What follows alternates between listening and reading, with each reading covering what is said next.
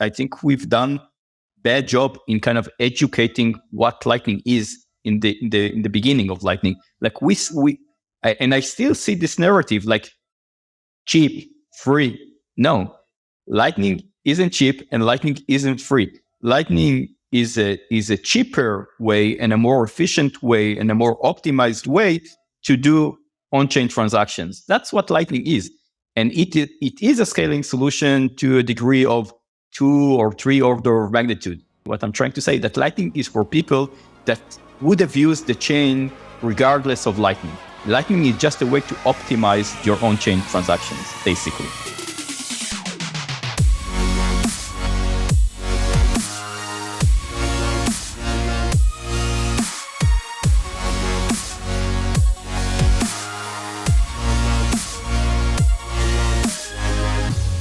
Roy, welcome to the show. Welcome back to the show, actually. It's been a very, very, very long time.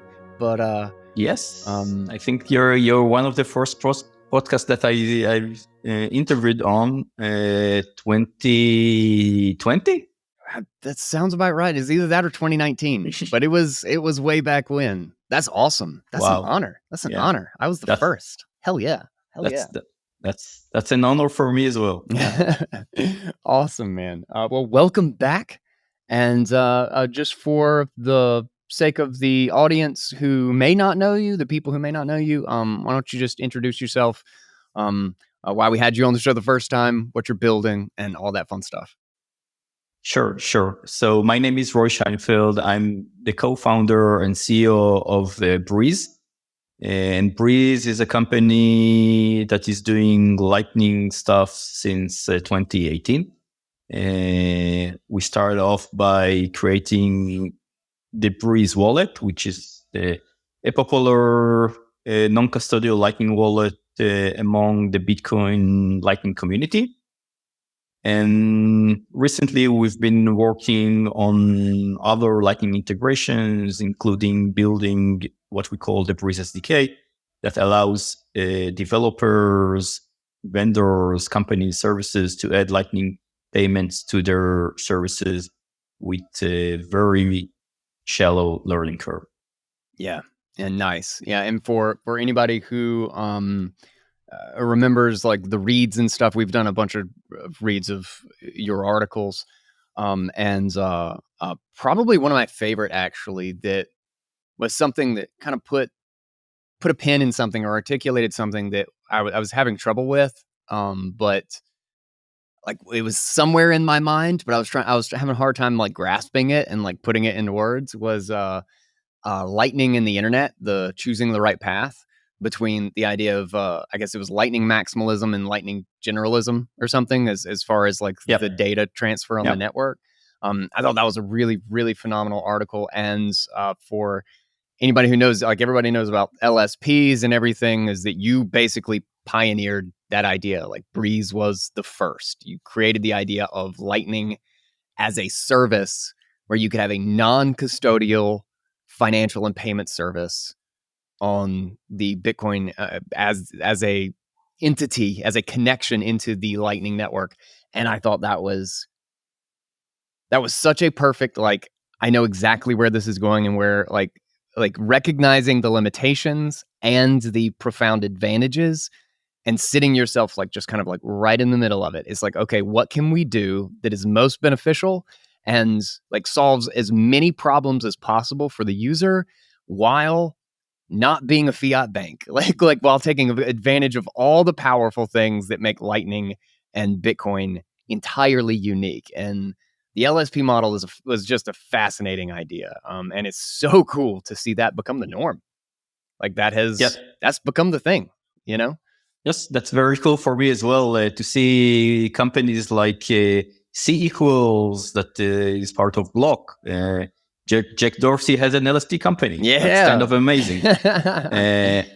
And Synonym that is funded by Tether is an LSP company. So it's very exciting to see something that we kind of help bootstrapped and kind of brought to market, gain some traction.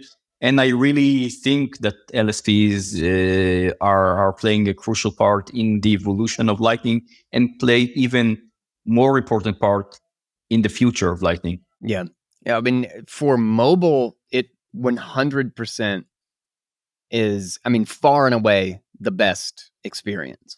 A Breeze, and outside of the fact that I used Moon for some short span of time before I realized, like, and I guess it was just like their fee structure because they're doing like atomic swaps practically every time.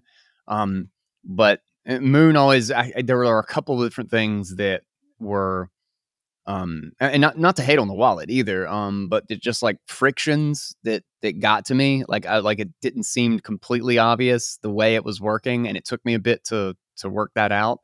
And then the really big thing was that I had my backup phrase, but I did not realize that my password for Moon Wallet, that they kind of had a unique system for their backup. And so when my phone, which is funny, I actually have it sitting over here just because all my tech stuff is out on the thing, but my phone that crapped on me, like just like kicked the bucket one morning. This was my 7. I was trying to squeeze like 2 more years out of this, and it died on me, and I had to recover like 23 Bitcoin and Lightning wallets. So I had a really fun time in like going through a recovery process for like a week, and literally the only sats I lost was like 200,000 or 300,000 sats in Moon. And it was because their backup process, Breeze was so easy. I mean, because it's like backed up to iCloud by default, is like the default setting if you want to select a backup. I just had to do on iCloud, which I didn't even use much on iCloud at the time, but I was like, man, an easy backup for Lightning. I just booted it back up and it was there. I was like, oh, well, this was easy. But for some reason I didn't have the password to Moon because I thought it was local. Most of them are local. It's like a PIN number, right? You know, if I lose my hardware wallet, my PIN number isn't relevant anymore. It's just my seed. And I guess that was just like that system was in my mind. And interesting. I thought they had like email recovery as well. I think they did, and I never put in my email.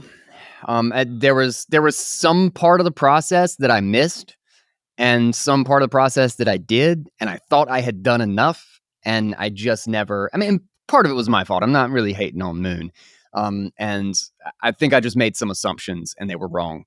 But you know, pour one out to Satoshi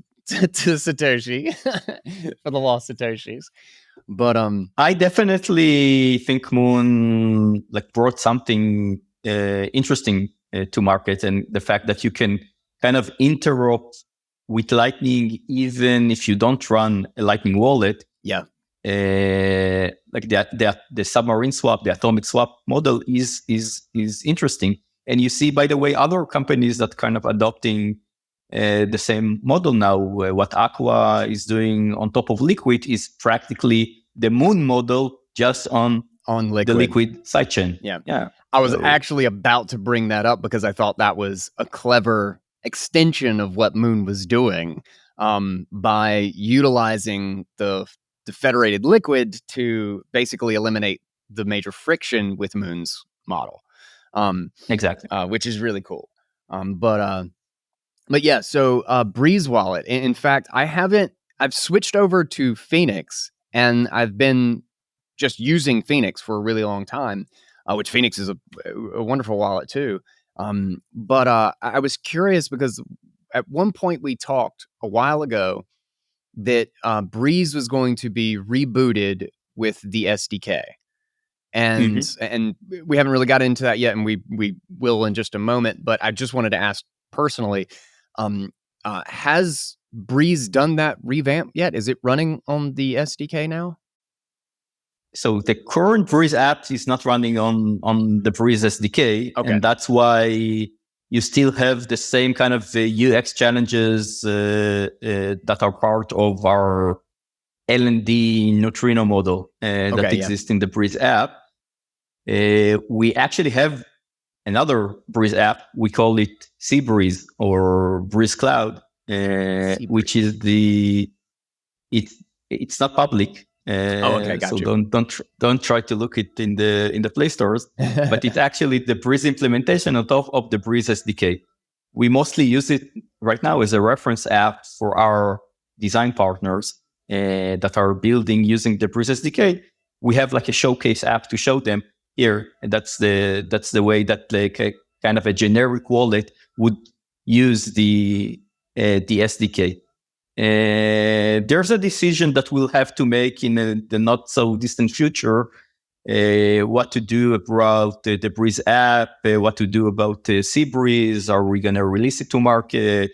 Are we going to deprecate the Breeze, the current Breeze app? That's open question for us. We're mostly been focused on our B2B side of the business and less on the B2C.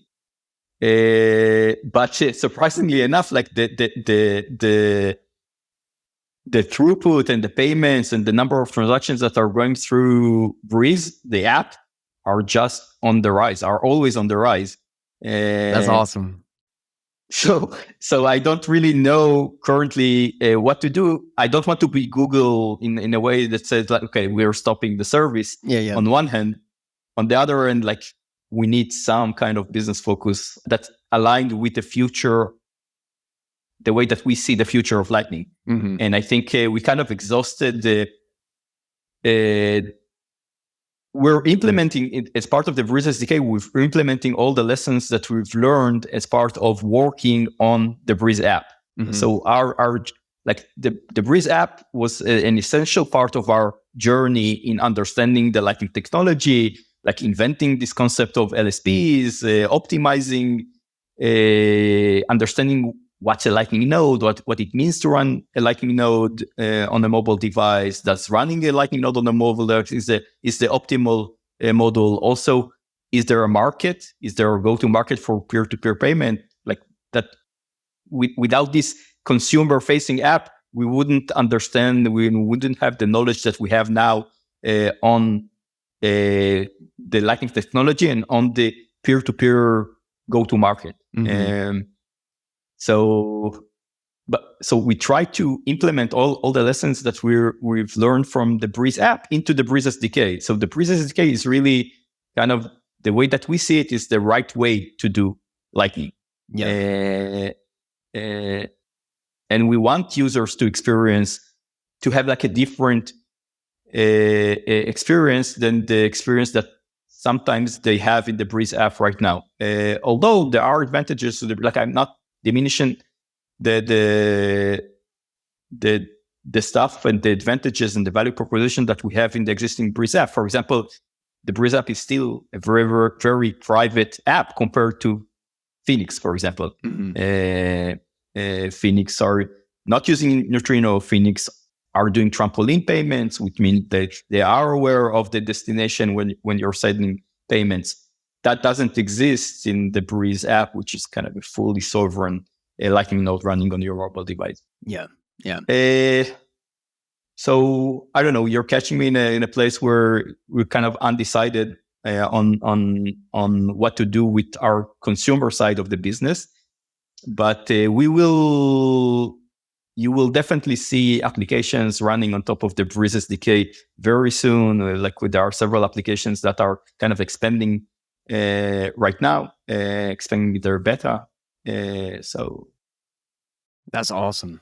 That's awesome. So, so you've basically in this, like after kind of building out the LSP model, you've shifted from business to consumer. The kind of the Breeze model of like, let's onboard as many people as we can as far as like direct users in the peer-to-peer space, which is funny because you say that we actually wouldn't have the data about the peer-to-peer ecosystem for Lightning without that. And that's a really great point, is that, like all the people that I have on board, it's amazing how like Noster and like some of these things, like when you finally have a use case for it, how much you end up using it or how easy it is to use. Like the low amount of friction I have had in Phoenix and my use of Phoenix and Breeze, which, as you say, like Breeze had like if you weren't opening it regularly, but I was opening mine every day, so I would never really notice the syncing part of it. Like if you open it every like 2 hours, you're downloading 300 kilobytes worth of neutrino filters, so it's like no big deal, right? But if you use it like once a week, it would take like a 10 seconds, 20 seconds or something to boot up because you're downloading information from the network because you're literally a sovereign node. You're a light node, but you're one where you are the one making the payments, you are the one finding the routes and all of that stuff, as you mentioned. Whereas Phoenix, they are doing all of that for me. So I'm offloading all of that work to another machine, and I'm losing that privacy, but obviously it's, you get the boost of like taking off that second here and the 3 seconds there, so there's obviously a trade-off. But in that context is like, we get to see what happens when you create that experience, and how easy it is to use. And it's so funny is that like, I don't even know when it happened, but it was somewhere. It was somewhere when I was using Breeze and then shifting over to Phoenix and then getting on Nostr, which I guess would be like a year and some change now, that like just everything just became Lightning. And I don't know when that happened, but then like suddenly Bitcoin was slow and frustrating to go back to. Like I was so used to everything just working. And it's amazing that it seemed to have made that leap so cleanly. And I guess that's just the LSP model, but that maybe just expand on what you've seen with the development in Lightning, let's say the past 2 years or 2021 to 2024 here. What are the major movements? And then afterward project out a couple of years, and where do you think things are going, and where will Breeze be in that? Sure. So definitely, I think the leap in terms of user experience was driven by the LSD mode. Mm-hmm. The fact that you have an entity that kind of obfuscates all the technical complexity away from end users and allow you to magically connect to the internet without understanding the underlying implementation. I think that was kind of the major shift in Lightning user experience. The network grew as well.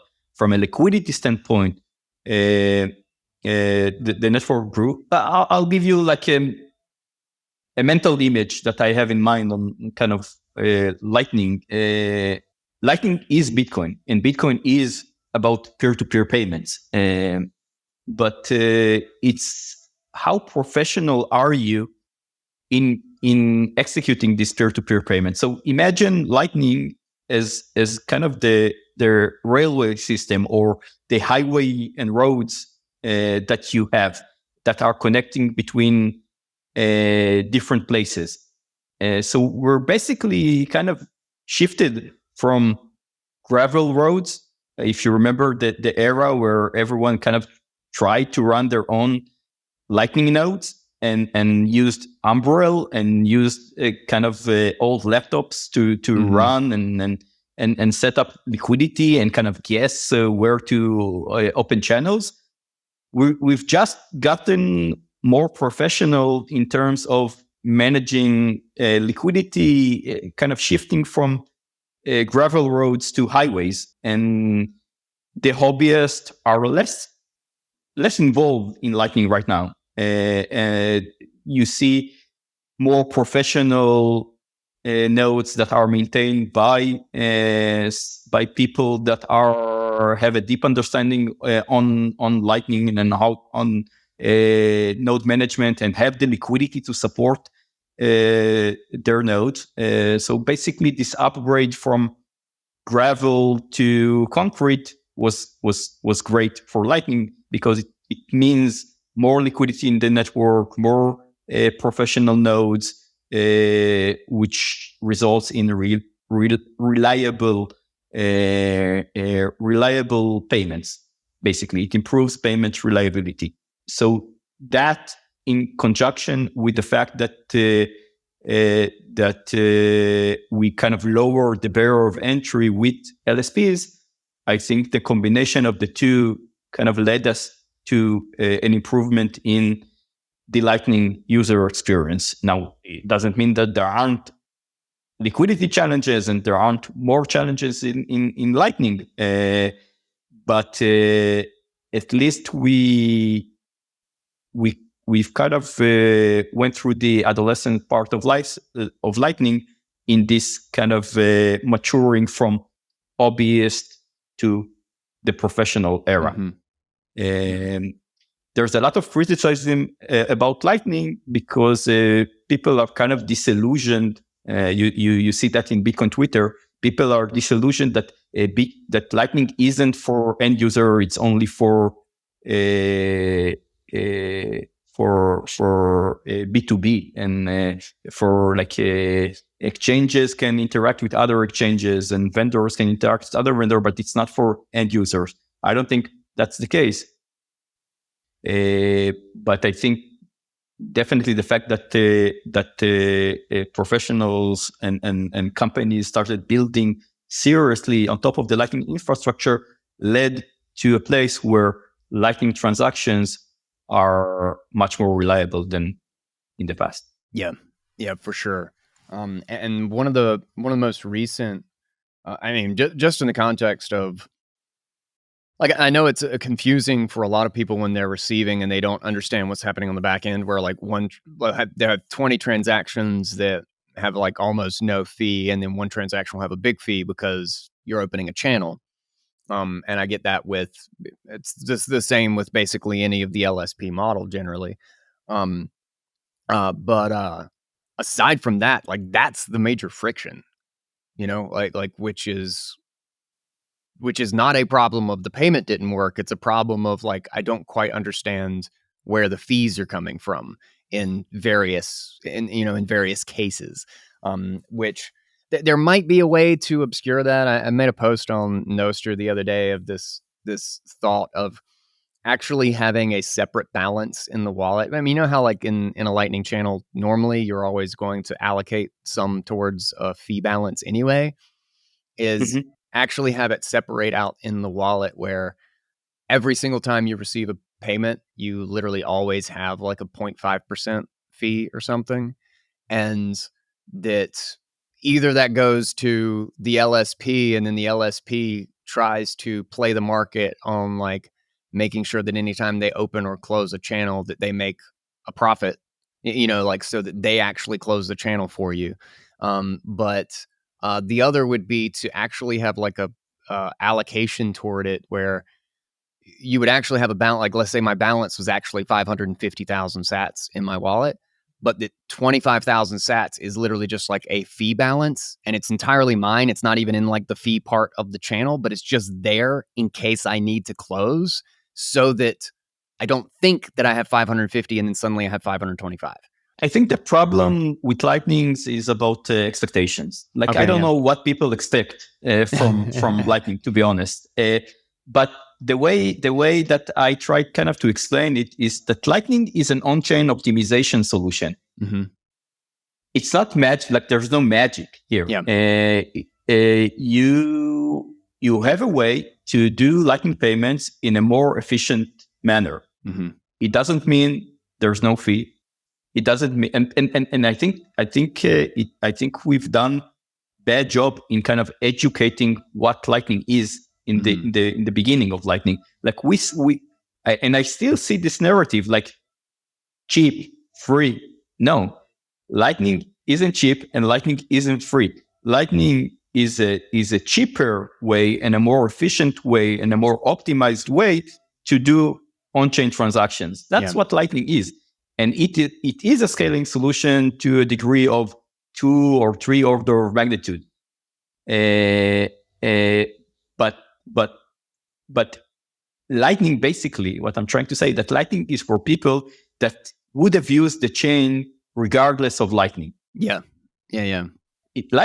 Lightning isn't for people that would have not used the chain. Meaning, if you want to do one Satoshi zap to someone, Lightning isn't the right solution for you. Lightning is the right solution for you if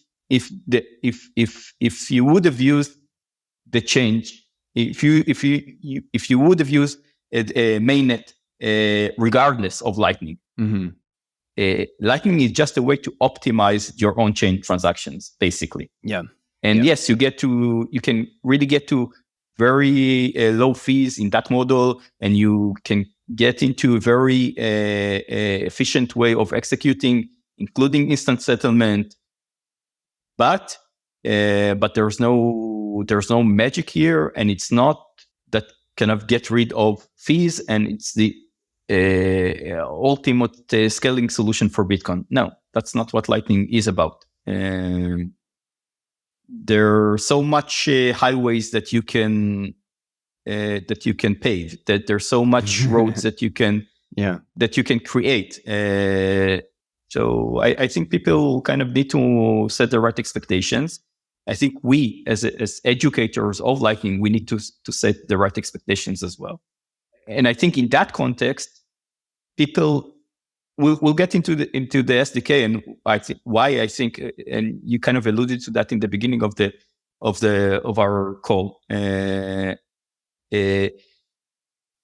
Lightning isn't a generic solution in my mind. And it's not like a one size fits all, and it won't solve all the problems that we have in Bitcoin. It's a very tailored solution to specific use cases, and there are use cases where Lightning doesn't make sense. The zaps, for example, are use cases where Lightning, and again, for me, Lightning is only non-custodial Lightning.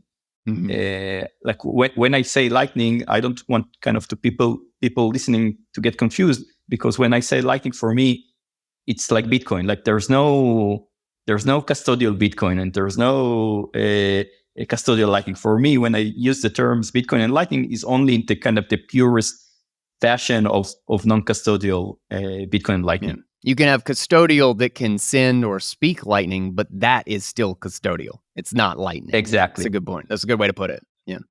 And it's not bad, but Lightning in its purest form, in the peer-to-peer payment form, can't really work well for zaps. That's the reality. But it works extremely well, and it's exactly the right solution if you would have used the chain instead. Mm-hmm. I would say it does work. I say it does work really well for zaps if you're going out. It doesn't work for zaps on the way in. Yes. Like for receiving. Yes. So if you have no Bitcoin, because like there is nothing like when I do zaps, it's funny. I receive on a custodial and I send out on Phoenix. So I have a non-custodial that is my main wallet that I use, which obviously was Breeze, now is Phoenix. I may switch back to Breeze, but I'm curious where we're going to go, and we'll talk about this with your business to consumer side of things. But what's funny is I'll receive on a custodial and then just let it get to a point where like I'm totally happy with an on-chain transaction fee to get it back into the non-custodial. And so I just use it kind of as like a buffer. And you know, it gets 300,000 sats, 400,000 sats is like boom. And I just withdraw it back to my non-custodial. So exactly, it works with liquidity. It doesn't, it only sends out if you don't have liquidity, or it's only great for sending out if you don't have liquidity. Exactly.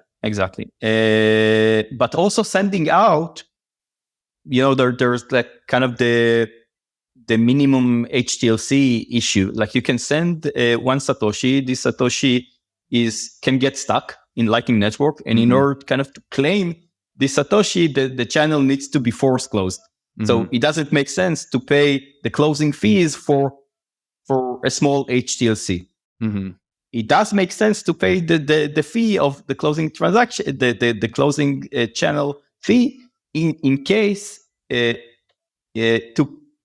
needed in order to kind of to protect the network. For people not to abuse the network, you need to have this kind of a closing mechanism. But if the entire network would kind of send only one Satoshis, then Lightning isn't the right framework to execute this transaction. It makes sense if some transactions are higher in value than the closing channel fees, if that makes sense. Yeah. Well, I'm curious in that context, because I've talked with a lot of people about this, and I see this a lot from people who like just crap on Lightning all the time. And there's the element like, so what exactly causes a Lightning payment to get stuck? And what is it about the way it works that you can't just kind of let that go if it's not settled? Like, why can't, like, let's say I did a one Satoshi payment and somehow it got stuck. Why would it get stuck? Because it seems like it either goes all the way through and the pre-image comes back to me, or it doesn't.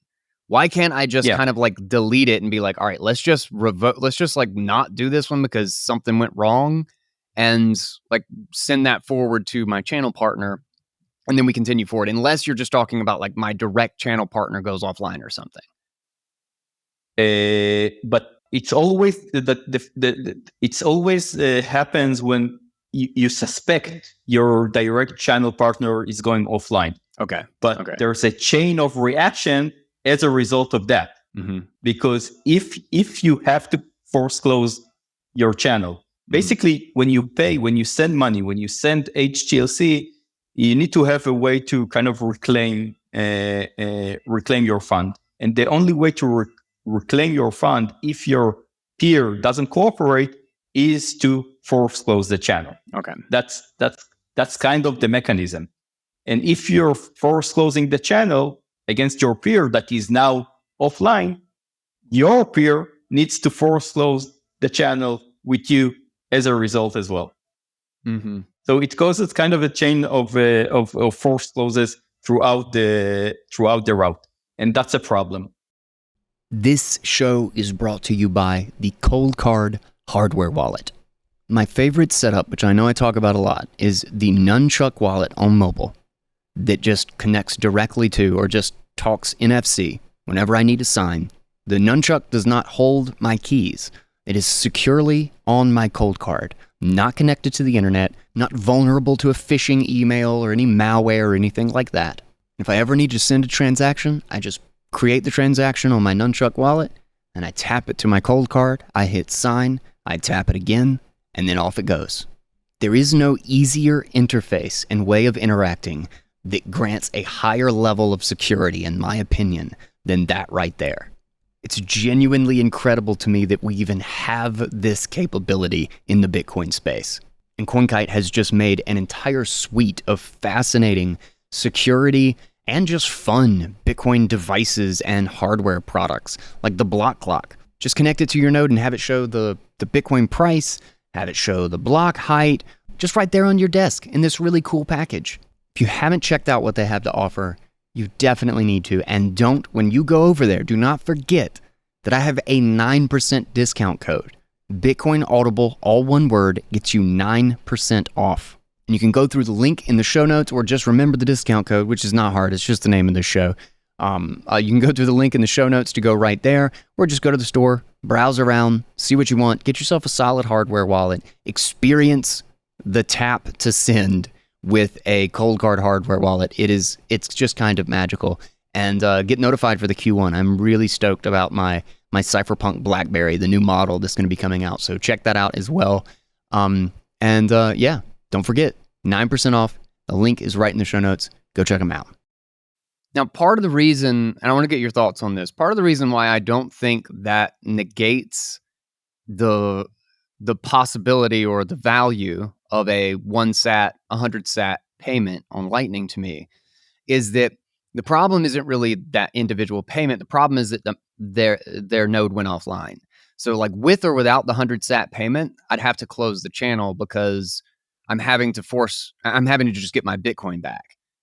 Like, so it seems, and maybe there's something a little bit different if there is some sort of a stuck payment in a different way, but it seems to me that it's purely if my channel partner is offline or isn't updating, then I have to force close. So that the payment itself is kind of arbitrary in that context. It's just that I am trusting the amount. Really, the part of the payment is that if I want to get that extra 1 sat back, I have to pay a little bit more because now I'm putting more data on chain, which is stupid. It just feels like it's like, oh well, that's arbitrary because I don't need that 1 sat. I just want my funds out of the channel. So, but in the context of like some people say that it's not economically meaningful to have a 100 sat payment because like it could be taken from you because, it costs, 3,000 sats in order to get those sats back, like to close the channel. But people need to understand that that's the mechanism. That's what keeps Lightning honest. Yeah. So we basically have to close channels for small payments because that's what makes everyone honest in the system that is called the Lightning Network. Mm-hmm. My caveat there. I want to hit like an element of where I think it's a little bit different though. It's not it's unsecure below the fee threshold, and then it makes sense above the fee threshold. Is that everything below that costs for the attacker as much as it costs for you? So it's not that the enforceability isn't merely that, oh, you need to be able to enforce that 100 sats. It's that nobody can take that 100 sats from you because it's going to cost them $2 or whatever it is to close that channel. They can't steal 100 sats. So it's like above the fee threshold, you have economically viable, enforceable positive income. You have an enforceable positive payment, so to speak. Whereas below the fee threshold, it's not that the economic payment, it's still an economically viable payment. It's just that enforceability is a mutually assured destruction scenario where no matter what you do, Correct. This payment is dead. If someone tries to steal it, if someone goes offline, whatever it is, Correct. These sats are just lost. But it's still imperative to close the channel in these cases. That's what I'm basically trying to say. Okay, yeah. To say. So the fact that you are closing the channel in the case of small HTLCs is important because there are not only small payments that are going through this channel. There are also large payments that are going through this channel. And in order to kind of keep the network honest as a whole, you need this enforceability. Everything even if sometimes for kind of for arbitrary cases, the payment, as you say, you can't recuperate your payment. Mm-hmm. That's the cost of doing business in Lightning. And that's the cost of choosing the right peers. And that's the cost of engaging with the right peers and making sure you have enough liquidity with peers. Like that's part of the Lightning business. If you want to be in the Lightning business, you need to understand that that's part of the cost. Yeah, for sure. How does this inform what y'all built with the SDK? How did this kind of process take you towards and maybe actually expand on this, since we haven't really talked about it. I've talked about it on the show, but most people listen to like one out of every 3 episodes because I have a lot of episodes. So break down the Breeze SDK, the green light model, and what y'all have accomplished with this thing. Sure. So in the Breeze SDK, we kind of switched to a hybrid model where the nodes. So the Breeze SDK is kind of a holistic end-to-end solution for all your Lightning needs. Like in order to start accepting, sending or receiving Lightning payments in your app, you don't need to be a Lightning expert. You don't need to run Lightning infrastructure. The knowledge level that you have around Lightning can be very minimal in order to use the Breeze SDK. And we give you we try to obfuscate everything, including nodes, liquidity, on-chain interoperability, fiat, on-ramp, off-ramp, everything is kind of obfuscated away. And we want to give you, exactly like other SaaS solutions, we want to give you very simple API to send a payment, a very simple API to accept a payment, and that's it. That's what you need to know as a developer. Behind the scenes, we kind of take care of all the heavy lifting of the Lightning infrastructure. So basically, there are 4 pillars to the Breeze SDK. We give you end user nodes, and that is facilitated by Greenlight. So we have a partnership with Blockstream where end users node are running on the Greenlight cloud environment. But it's still a completely non-custodial solution because the keys resides on the user end. the keys are never leaving the user device. So it can be a laptop, it can be a mobile device, it can be even a server-side solution. The Breeze SDK users are the one that are holding their keys, and the keys never leave the premise of the users. The nodes are running in the cloud. There's an integrated LSP provided by Breeze and by other third parties LSPs we're working with. Mm-hmm. So liquidity is being taken care of. Wait, so it's actually like a joint? It's a group of LSPs that are providing for this?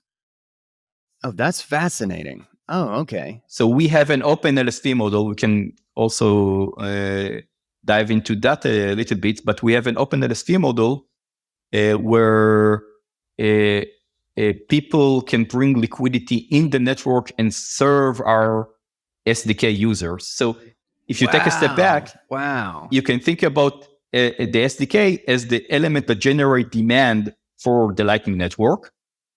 I don't know if you read, I know you read my article, Lightning is a liquidity network, right? Yeah. Love that one. That's a good one. I don't know if you remember the circle there. So there's kind of the vicious circle of Lightning where traffic drives liquidity, which drives ROI, which drives more traffic, which drives more ROI. So there's kind of a circle of financial incentive in Lightning. People want to make money, and Lightning is very important. It's very important that we keep Lightning as an incentivized network. It has to be incentivized exactly like the chain, by the way, exactly like Bitcoin mainnet. Like Bitcoin wouldn't work without miner generating profit, without incentives. And the same goes for Lightning. We need the Lightning Network to be incentivized from a financial standpoint.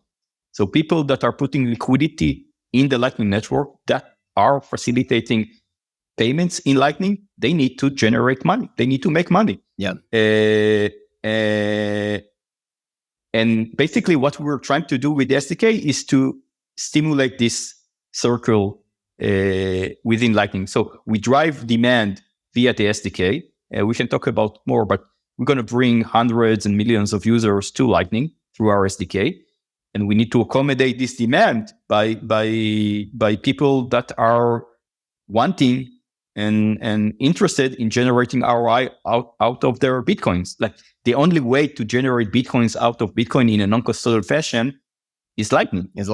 Yeah. There's no other mechanism. So our Breeze is an LSP, but we're also working with third parties LSPs that are putting their liquidity inside the network and providing liquidity to the Breeze SDK users. And everything is done like in a non-custodial. We don't take custody over anyone's funds. And they are getting ROI because of the transactions being executed by the Breeze SDK users.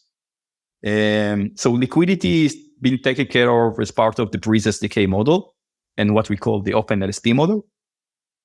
We provide full on-chain interoperability, so we can kind of on-ramp and off-ramp from the chain. And we started something called Fiat Link, which is a Lightning to Fiat on-ramp solution, on-ramp off-ramp solution. So you can also kind of go directly from Fiat to Lightning. And I think that's another piece of user experience that is missing in the Lightning ecosystem. Wow, that's awesome.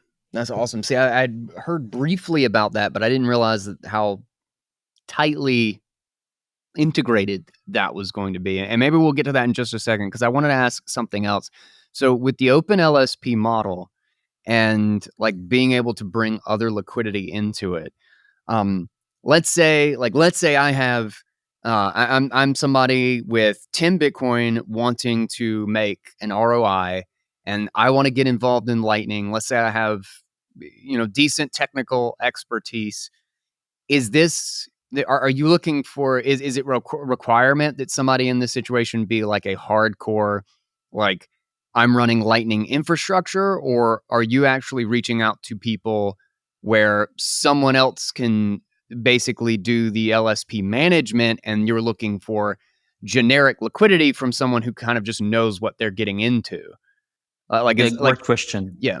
Yeah, great question. So we're what I call a design partner phase. So we're trying to figure it out exactly like where to draw the line between like technical expertise, Lightning understanding, like what are the ultimate goal is to make it as simple as possible and to productize the LSP part of the business. So anyone will be able kind of to just put their liquidity and everything magically will happen.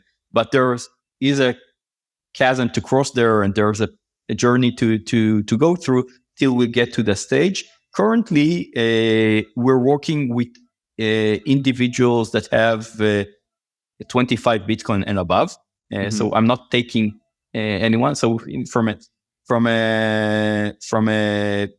Bitcoin standpoint, like it needs to be significant because we're kind of holding these people throughout the process, and it takes a lot of Breeze as a company. So we're working with selected partners. So we're putting the threshold kind of high right now. And in terms of technical expertise, we kind of constantly lowering the barrier of entry. So we used to work with really Lightning professionals. Now we're working with people with like kind of minimal IT understanding because we've gotten better in terms of how to help them kind of run the LSP and manage the LSP. Nice. Okay, that's interesting.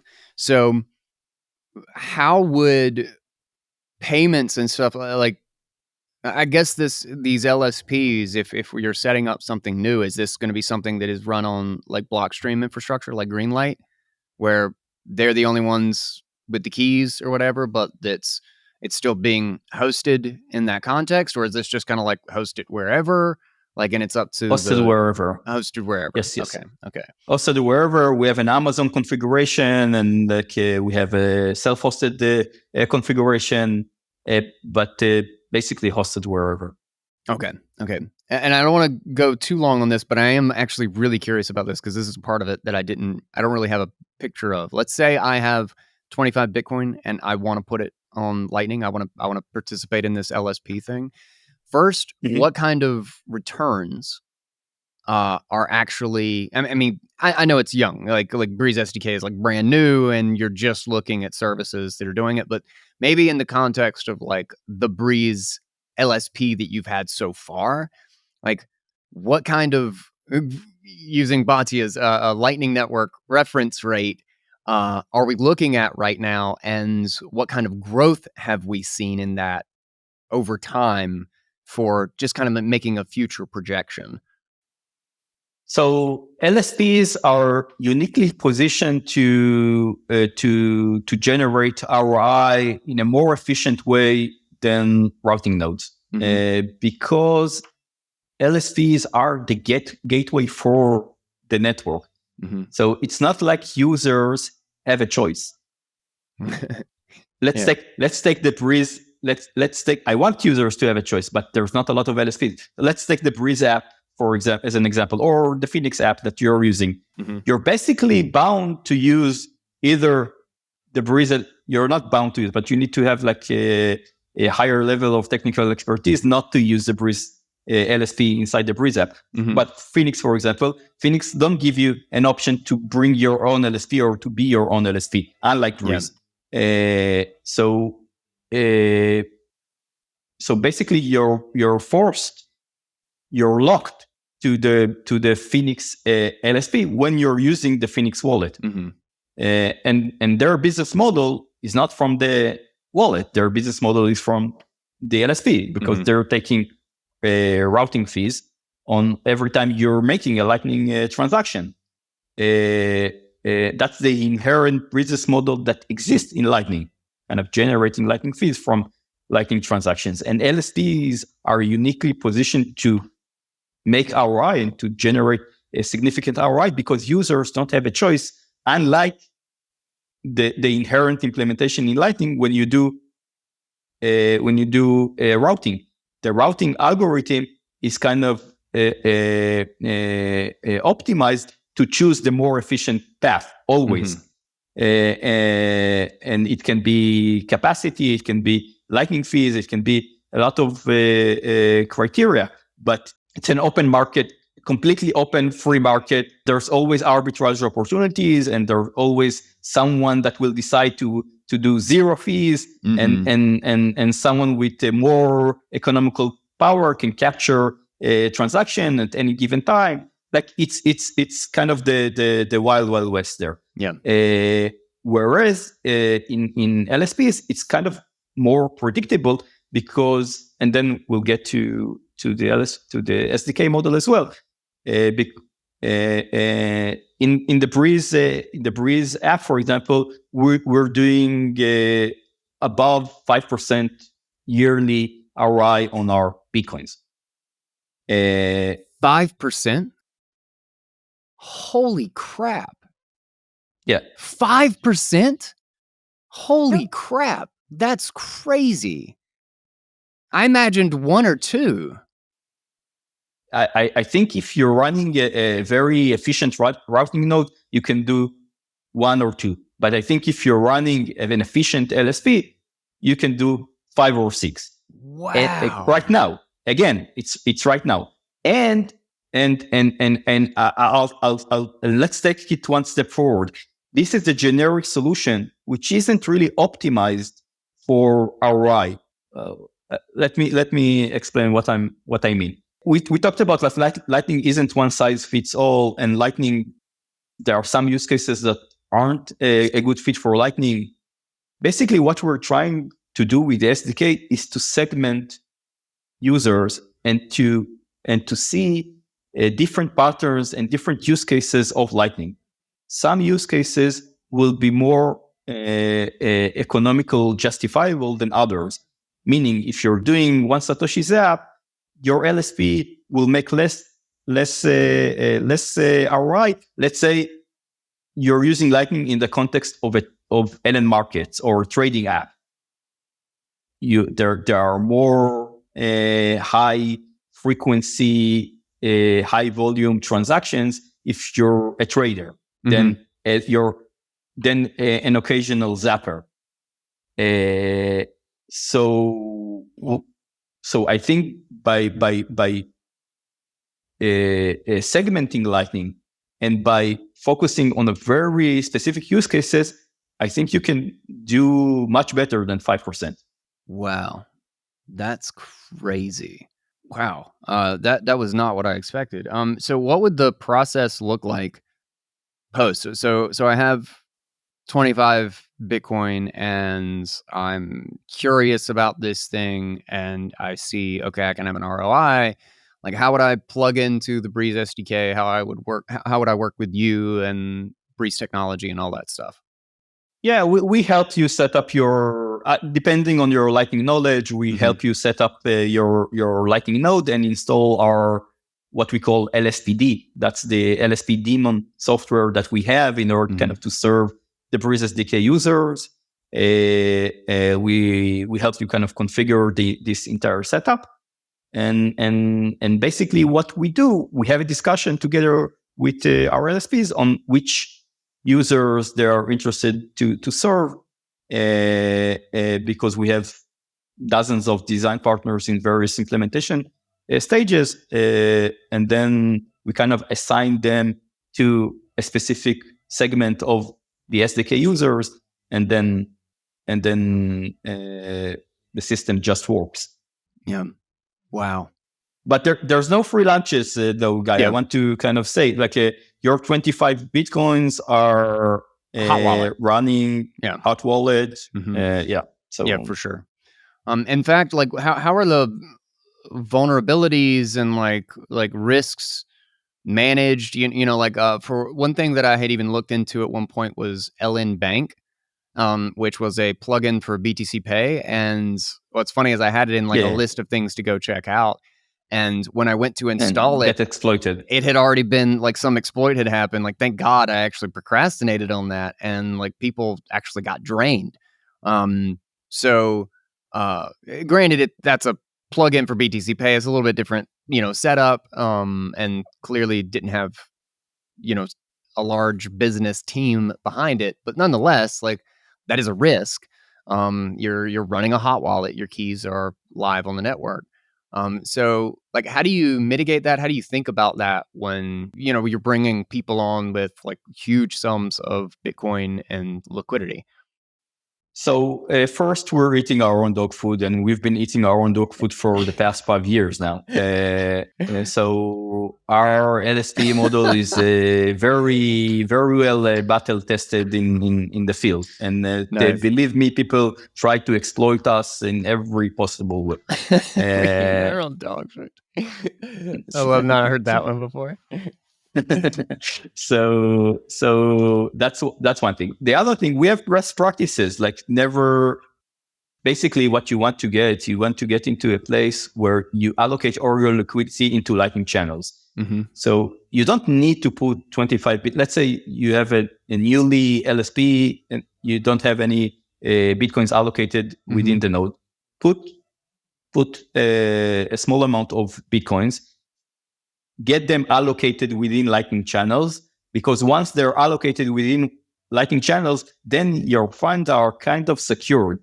How would an exploiter would steal the funds that are allocated inside Lightning channels? That's another level of complexity to kind of spend the funds from your Lightning channels. They can, but it's a very, very complicated. It's a different level of a hack to kind of get yourself into the node and start running payments through Lightning. Yeah, they can try and force close, but force close also have a delay. And once you understand someone else kind of force close the channel, you have the opportunity to regain control over your server. I think Lightning in that regard has been battle tested very well. We haven't seen exploits on Lightning node. We saw exploits when there's an additional software on top of your Lightning node. That's why, for example, at Breeze, we don't run anything inside our node. It's just kind of either LND or core Lightning. We don't install additional software, third-party software inside our nodes. I think if you're doing that and you're using something like best practices in terms of your hosted environment or self-hosted environment, I think the risk is definitely conservative and reasonable. As long as you don't do crazy things, like don't allocate 100 Bitcoins in your on-chain wallet inside the node. Don't do that. Just incrementally add Bitcoin that is corresponding to the demand that you see from you as an LSP. Swan Bitcoin has the full suite of Bitcoin financial services. You can instantly buy, with your bank account or wire transfer, any amount of Bitcoin up to $10 million worth.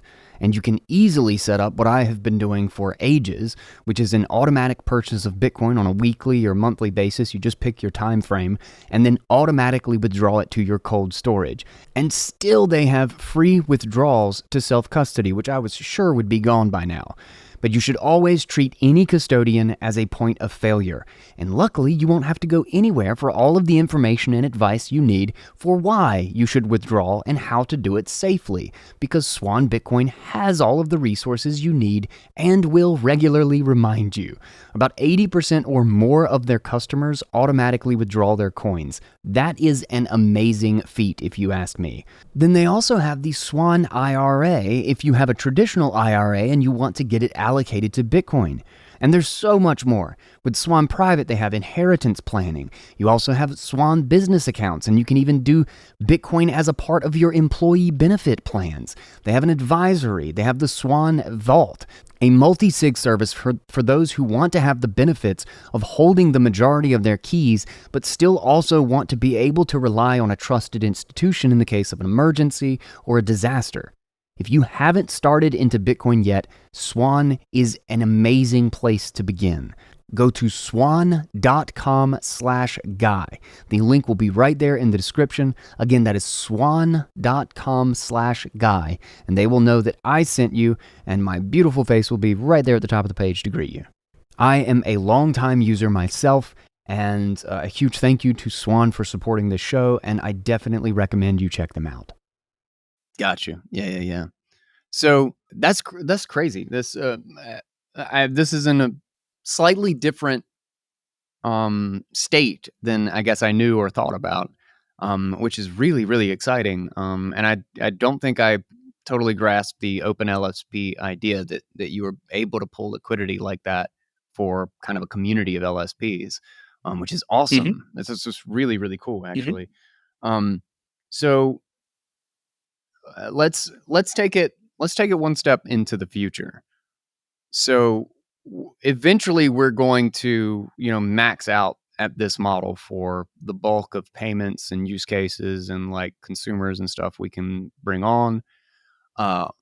Where do you see kind of the next layer? Where do you see the best case or the thing that you desire most for another efficiency boost or another layer of just generic scaling on top of this? And I'll ask specifically, have you implemented splicing? And what are your thoughts on...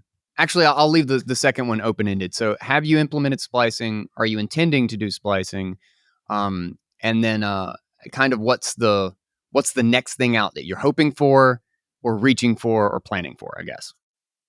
Yeah, great question. So I don't think we kind of even started to exhaust the scaling opportunity that we have with the existing Lightning infrastructure. So yeah, forget about all the FUD. Yeah.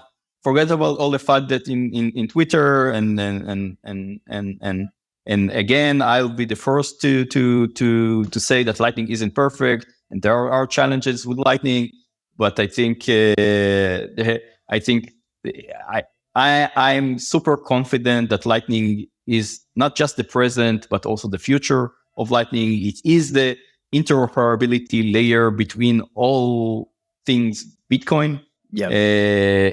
So I'm very confident in the future of Lightning in that regard, and I think we can grow by at least another 2 order of magnitudes in just with the current infrastructure. And to your splicing questions, yes, for sure. Splicing is an important tool in the toolbox of managing liquidity. It's not just the fact that you can do kind of one UTXO per user instead of having multiple channels against the same user. You can have just a single channel, which reduces the UTXO set to one instead of multiple UTXO. It's also a tool that helps LSPs to reuse their liquidity without hindering the user experience of end users. Meaning, instead of closing the channel, another thing that we're not crazy about in the Breeze app user experience is the fact that we have to close the channels at some point if users aren't using their Lightning wallet. And with splicing, you can just splice out liquidity and reallocate liquidity to another channel without closing existing channels. So that's so crazy. That is a really awesome thing in how that operates, is that you can just kind of like, rather than just closing the whole thing out and then making like a headache for the user, you can just be like, we allocated 300,000 sats for you to receive payments. You haven't received a payment in a month. So we're going to take 250,000 out of this. We're going to splice it out and into a different channel with a user that's used their wallet 3 times a day. That's exactly. Really crazy. Yeah. Exactly. So you have the splice in, which is kind of optimizing your UTXO set, and you have the splice out that helps LSPs reallocate their liquidity without hindering the end user experience. Another shout out to Phoenix, by the way. They are the first wallet to implement splicing, and they've done it in a very sleek user experience. Yeah, I couldn't believe, I was surprised actually. The thing I was impressed about with the way Phoenix, so shout out to them. The way they did it was that I did not suspect. I thought we were going to have a transitioning problem, but they updated the app that I was using with all the stuff in it that I was using and spliced it into one channel without really any headache at all. I had like a wait period in which it was doing a transition or whatever, but I just updated the app and then it was running. I went from like 23 channels to one channel, and there wasn't really. I was impressed by that. That was surprising. I thought there was going to be like they a had shift. a very nice, slick migration process. Although for me, I had two Phoenix installed. One worked, the other didn't. Okay. Yeah, but it's okay.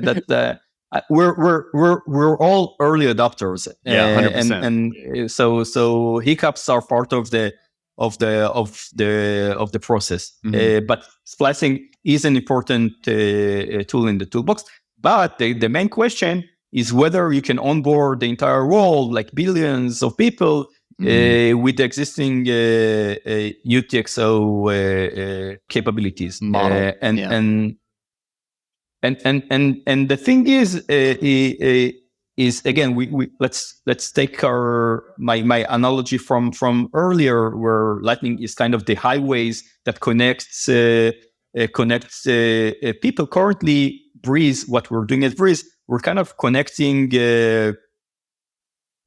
private houses or villas, right? It's one person that kind of allocates real estate, like you allocate your real estate in the mainnet, you allocate real estate, and we're building a road that's a channel between this person through an LSP to the entire network.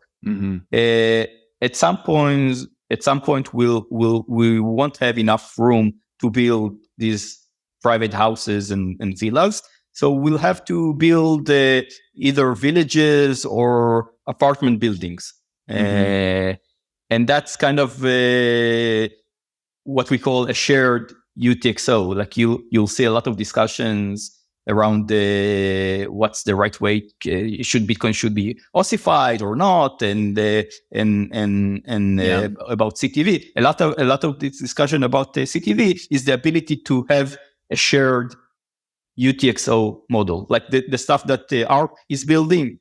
Is kind of the ability to share one UTXO among many participants. So you can think about it like it's like the next generation of channel factories, where multiple parties share a single UTXO. Another model is the sidechain model, where you can have like a different trust profile. By the way, every solution, ZK rollups or ARC or any sidechain that you'll choose, you're basically switching from the Bitcoin trust model to another trust model. And that's there's always a trade-off, and we need to realize that. But I think these solutions like Fedimint, like sidechains, Liquid, RSK, they will exist, but Lightning will still be the way to interrupt between. It will be the communication layer between them all. Between them all. I totally agree. And people will still have the ability to live in a villa if they want to. If they don't want to, if they don't want to kind of share one UTXO with their neighbors, and that has an headache of its own. You can't really exit when you want. There's a trust issue. There's a censorship issue. There's all set of trade-offs. If people will want less trade-offs, they will still have the opportunity to live in their own private house. Yeah. That's so crazy. Let's say in the ones that you've mentioned, like let's say there's no limitation here. Let's assume that if you wanted one, you got it right now as like a dominant solution or a tool that you would really, really love in the context of like CTV or OpCat or Fedimint or eCash. Like, what's the one that you think is the most promising and fits the best for the user or for a really awesome potential user experience that can really onboard a ton of people. I think we have that. Okay. I think what bothers me in all the kind of the Lightning discourse or the kind of the scaling solutions discourse is the fact that people don't realize that we have solutions at hand right now, like eCash solutions like Cashew and others exist. Fedi, which is built on top of Fedi Mint, exists. Fedi gonna onboard a lot of people, I think. I think sidechains will onboard people, like you see in the Aqua wallet or other wallets. They will onboard users. If you're talking to me about like a more puristic solution to share a UTXO, what bothers me in the CTV, like I don't think Bitcoin should be ossified, and I think we need more innovation in Bitcoin, but what bothers me is that I don't see a complete solution around CTV. I'm not a big fan of ARC. I think ARC from a liquidity constraint standpoint is too much and too centralized. I would like to see another channel factory solutions that is more lightweight, but I think we're kind of talking about CTV instead of talking about the thing you would build with CTV. Yes. And I'm missing that deep discussion on, okay, if we have CTV, what is the solution that we'll build with CTV? People say like, yeah, it can be this and it can be that, but I'm not interested in it can be this or that. I want to see something. One thing that ARC is doing very, very nicely, they are building ARC on top of Liquid right now, in order kind of to prove the technology and and I think that's nice. I have some reservation around ARC, so I'm not kind of completely bullish and sold around ARC, but maybe I'll be proven wrong. I don't know. I think there are the potential of building a shared UTXO solution around CTV or something like CTV. The potential is endless, but we need to have this discourse. We need to have these discussions. And instead, we're talking about OpCat or OpCTV or talking about kind of concrete solution instead of talking opcodes. Yeah. Instead of talking about like the generic tool that's supposed to create some sort of a solution, what's the actual solution? Like what's the actual solution? Let's build. We can build these actual solutions. We can do it now. On the site. We can do it now. Yeah. Yeah. That's a good point. Yeah. There's a great framing for that. And I totally agree too. I think eCash is like really underappreciated, especially in the context of like being able to like in Fedimint, is the ability to provide a user a static form of ownership within a federated model, like trust model. Where they don't really have to think about it, and it's not like some ridiculous overhead for the federation to just like let a user be a part of the federation, and then have perfect privacy from the federation itself. That the user still has privacy within the network, which is really cool. But one thing that my problem with the federation model, and I'm not kind of dismissing this model. I think these models are important, by the way, exactly like custodial model. I don't think a custodial solution will kind of disappear. I think I want custodial solutions to adopt Bitcoin and to onboard with the custody trade-off. I want them to onboard people to Lightning. But what I'm working, like where my heart is and what I'm focused on, is building kind of the neutral interoperability layer between all of that. And that's what Lightning is for me. Yeah, for sure. Yeah. I'm curious, did you look into timeout trees in the context of like building something with CTV? as like a simple solution or very simple architecture? Did you see timeout trees specifically? I haven't kind of dug deep into time trees, but it's promising as well. Sorry, I just thought it was great just in the context of like, what's the simplest possible thing you could build with CTV that basically enabled that thing that, everybody talks about, is the idea of like, we can share this UTXO and then we can continue to update it later, like down the road. Yeah.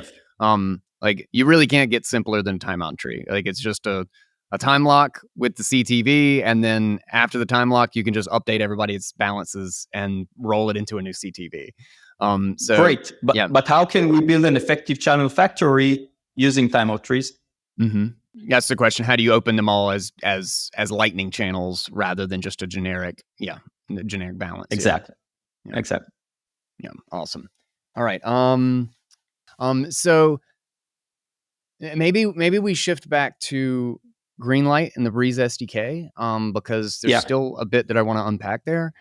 And how is the integration? Let's push it out to the edge. What's the user experience like? Like one thing I talk with Macintosh with Matthias, with Keat and everything a lot, and I always ask about Lightning. They had like a very generic like plug in a Lightning balance, or plug in a Lightning wallet tool in the alpha.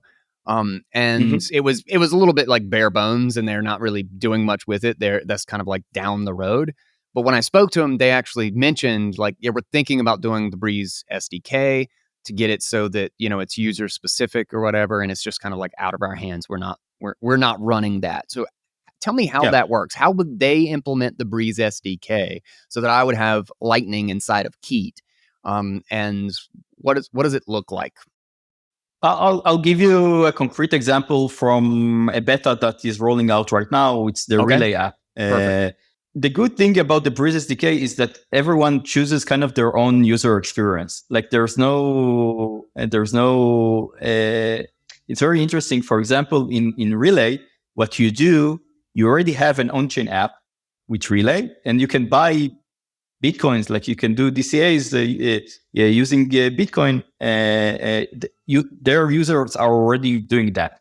So basically, the way that they decided to implement Lightning is to add a swap button that users can choose how much of their current balance they are swapping into Lightning.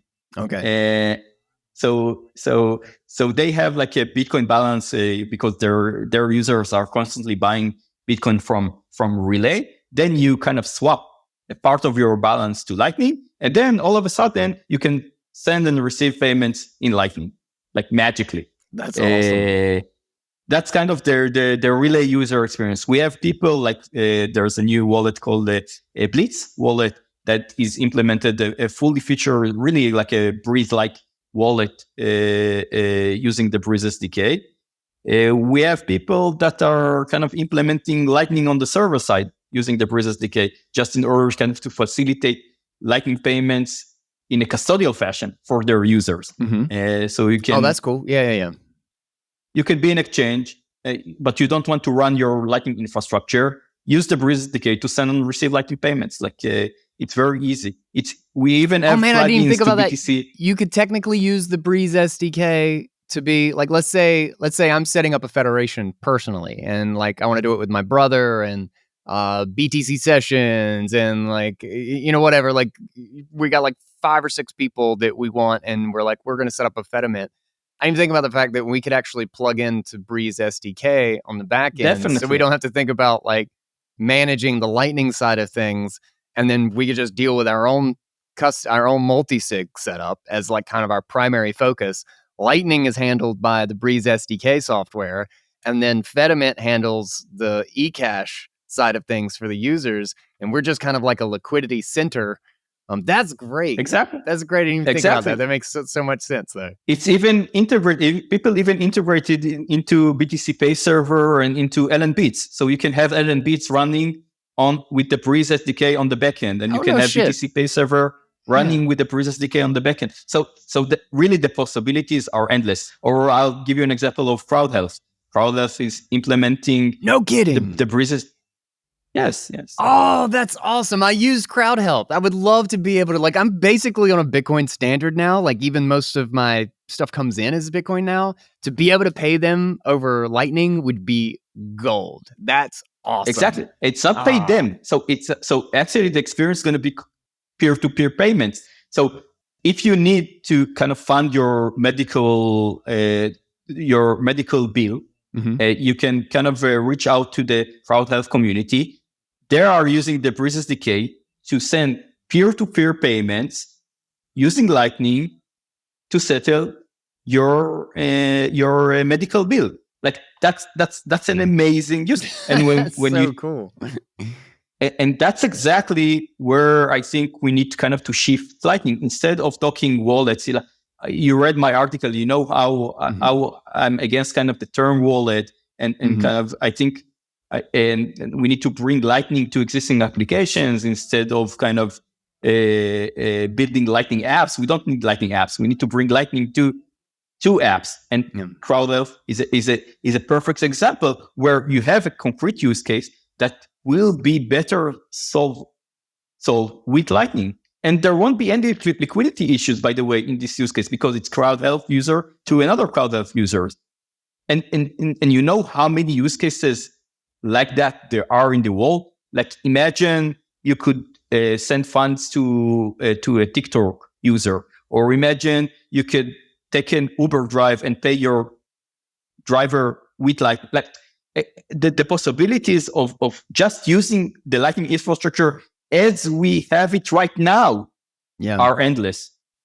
Does this introduce a security issue because one of the things, as I understand it, and I'll explain this just to make sure that the user is on the same page, is that you're not actually having a different, every single app has a different Lightning instance or Lightning wallet.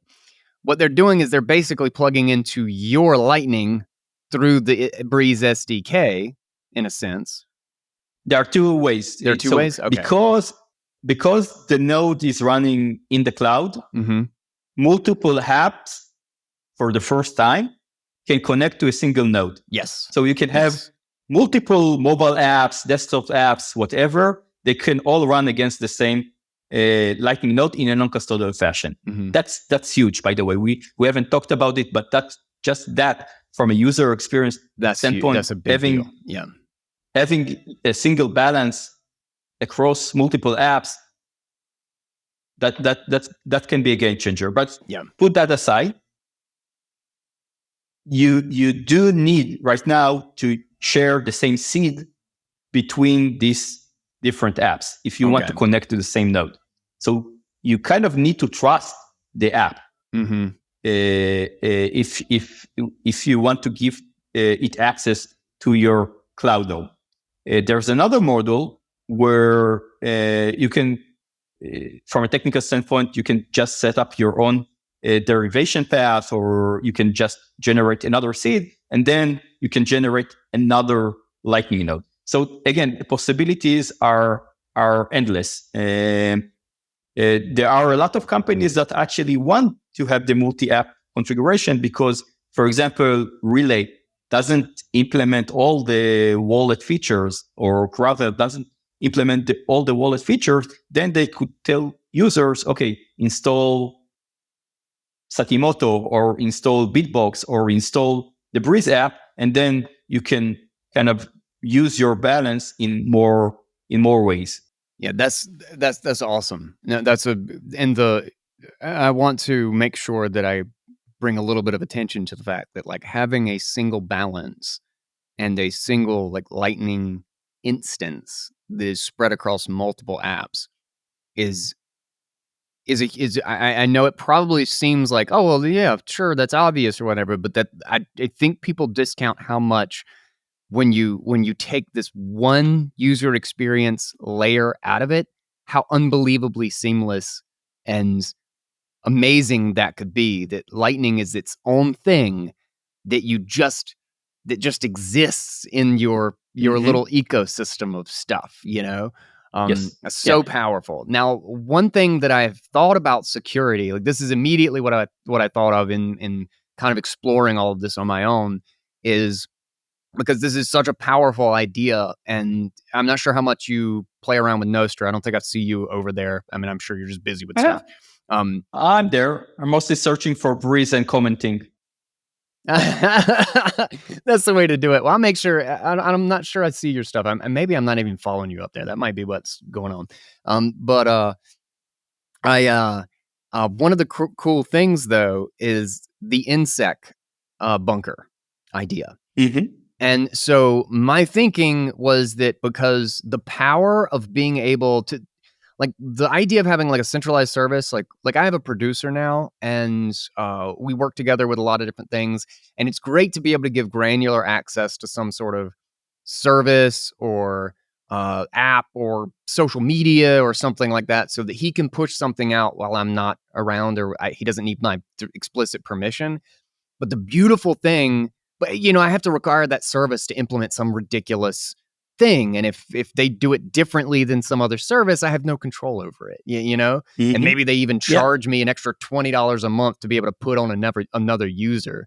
But the INSEC bunker idea, which I think is just beautiful in the context of like how to use cryptographic keys, and I immediately thought of this in the context of the Breeze SDK, is that actually having every single app just generate its own generic key, and then going to your Greenlight instance, whatever your instance is, and just saying this key, which has nothing to do with the seed for my Lightning, this key has permission to do X.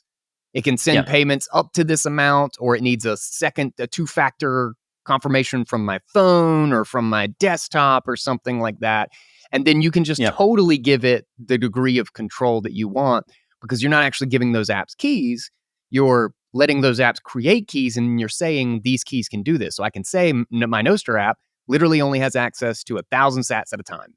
And so it's purely Zap related, whereas my Crowd Health can send up to $300 or something, It's definitely where it's headed. In Greenlight, there's a mechanism called runes, RUNE.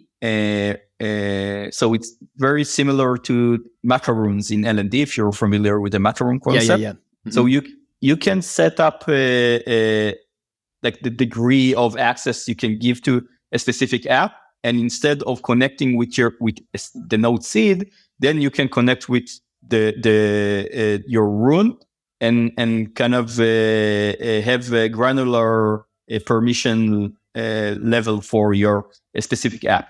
The thing is that if that's the case, you will need a signer app. The only way to, because it's a truly non-custodial solution, and the keys are not running even in the memory of Greenlight, someone need to sign the Lightning transaction. So you were signing in the model currently, you sign locally in the app. So you just need an active signer. Interesting. Okay. Exactly. So with the runes model, you will need a signer app. It can be a wallet that you trust. It can be a device running in your home. But you need an active signer to work together with the apps that are based on runes. But definitely today already, you can do a lot of stuff with runes. For example, you can create an admin app for accounting, or that gives you kind of a read-only access to your Lightning node. The threshold and kind of involving another side makes it a bit more challenging, because you need another app, but it's definitely doable. Like it's there. The infrastructure is there. It's just part of like building together the future of Lightning. What you're envisioning is already feasible. Yeah. That's so cool. This is going to be nuts as this really starts to roll out. That's exciting to see that we've got stuff in beta. You can think about like an authenticator app, like similar to Google Authenticator, that kind of set up all this permission, and you can revoke permission. You can do everything there, and maybe this app is actually the signer, but someone needs to build it. Like a guy, go for it. Build this app. I'm working on a project. Okay, in that context, let's say I am going to build it. I've been completely enamored with the tools around Hole Punch and Keat and the pair runtime that just launched. Yeah. How difficult, like how is the Breeze SDK, like what language is it written in, and how difficult do you see the implementation? Because one thing that I see that would be amazing is plugging that into an app that has in the background, it's running pair and communicating to my home devices. And then I have literally my MacBook and my Linux machine with the keys on it as signing devices, so that either device can sign. And if there's unreliable internet or one of them doesn't communicate at one point or something, it has. I basically have a always online potential to sign, and then I can lock down or treat my security on those devices as needed, and everything else is just peer-to-peer talking and finding those devices on the network. I'm super psyched about the kind of the pair runtime and the entire kind of Hole Punch ecosystem. Peer-to-peer messaging or peer-to-peer communication shouldn't be done on Lightning. We need to have a better alternative, and I think the pair runtime definitely provides a very solid infrastructure, and I'm like the potential of building peer-to-peer applications on top of the pair runtime are mind-blowing. And if you think about that as kind of your communication layer, and you think about the Breeze SDK as the peer-to-peer payment layer, then everything seems very natural. The Breeze SDK is written in Rust, and it has like bindings to many languages. Definitely all the popular mobile frameworks, React Native, Flutter. We have Python and C# or Go, whatever. I don't know what are you using specifically, but the only thing that is being worked on is kind of our WebAssembly support. We're working on a WebAssembly support, so you'll be able to use the Breeze SDK also from the context of a web application, not just mobile desktop server. You'll also be able to run it from a context of a website. Wow. And that's going to be amazing as well. I don't know what you're missing. We're missing kind of the JavaScript because of the lack of like execution environment for our SDK, which is kind of the WebAssembly execution environment. All the bindings are in place. I don't think we're missing any of the popular languages out there. Hell yeah. That's crazy. God, this is awesome. That's awesome. Dude, I'm so excited, and I can't believe, I got to say, just congratulations on like how far you've come with this. It's so cool that like I felt like I found you and like what you were building so early on, you know, and I was so excited about it from the get-go. It just clicked. Yeah. It just sounded to me like in my mental picture, like it just fit into where I thought things were going. And you've done such a good job of taking general idea and executing exactly, putting the code to the paper, putting the wheel, the tire to the ground, sort of thing. And I just got to say, it's awesome. And it's cool to see where it has come. And 100% we will be watching where it is going. I think you probably still have like the free 1 million Satoshi channel that we've opened the early days of Breeze, probably, right? I probably do. I bet I do. Hell yeah. But yes, things have come far despite all the FUD. I'm very, very bullish about Lightning, where Lightning has become.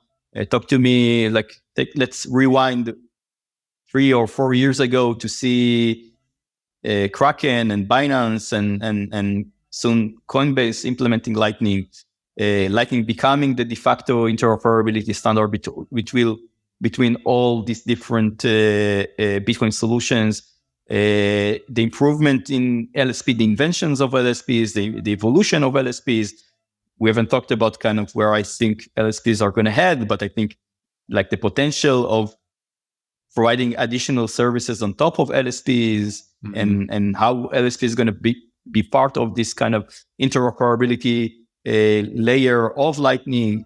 I think the future is very bright, but let's not oversell Lightning for what it's not, and let's focus on solving real life issues instead of blubbering in Twitter. Yeah, sorry. I hear you. No, it's Twitter. Don't call it X. Yeah. So I don't want to. Do you have time for one more little topic string before we wrap this up? Okay.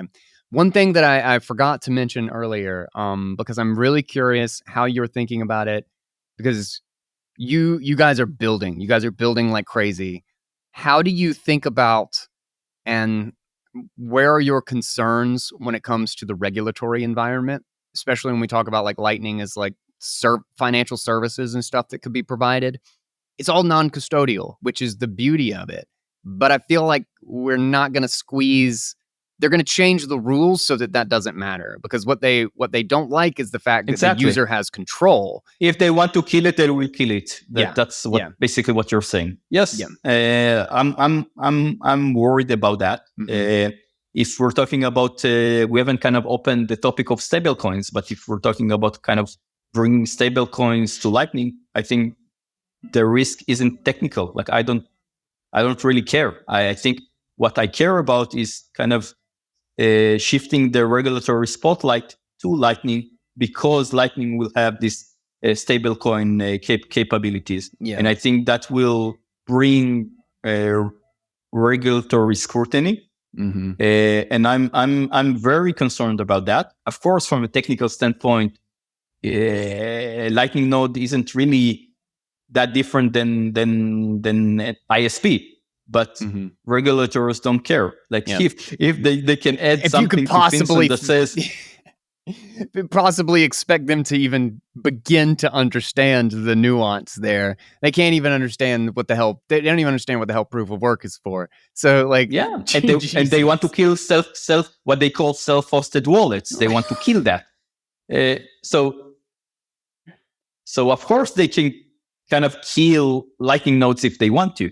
I hope, and that's why I'm working very hard to make sure that's not going to happen, or at least it will be too late for them kind of to stop Lightning from being implemented, exactly like it's too late for them to stop Bitcoin. So move fast and build things. Move fast, build correctly, and don't give them an opportunity to say that you need a money transmitter license, and don't give them the opportunity to say that it's something else other than peer-to-peer payments. And I have to be completely honest. That's the thing that worries me about bringing stablecoins to Bitcoin is exactly that. The fact that once you have stablecoins of Bitcoin, and there's another level of trust, because someone is issuing the coins in Bitcoin, I worry about that. Yeah, that's a good point. Is when we start, it doesn't matter what it looks like, and it doesn't matter even how technically it gets implemented. If you have something that says this is fiat on Bitcoin, they're going to think this is our game. This is ours to control, because this is dollars. That's not an alternative solution. You see you see the stablecoins discussions that are going on in Congress right now. It's fiat. We need to control fiat, and if we'll have a future where stablecoins are issued on Lightning, then Lightning becomes will definitely become definitely. I'm not a prophet, but I think there's the chances are higher that Lightning is going to be under regulatory pressure. Yeah. No, that's perfectly logical. I think that makes a lot of sense, and is certainly something to think about when it comes to development direction. It's no longer an alternative system, right? It's becoming part of the fiat system, basically. Yeah. Well, maybe that's a good place to wrap it up. I want to. Where can people follow you? For anybody who doesn't already, sad life that they live, but they can fix that. Where can people follow you and the project and find out First, more? they can follow Bitcoin Audible because you're practically reading all my articles on your show. So that's follow about Bitcoin like Audible. 80% of them at least. Thank you for that. Yeah, but I'm everywhere. I'm in Twitter.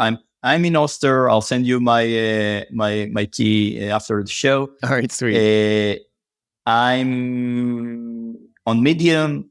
I'm on Telegram in the Breeze app group and the Breeze SDK group. And like, if someone wants to get in touch, it's it's very easy. And I'm available 24/7. Hell yeah.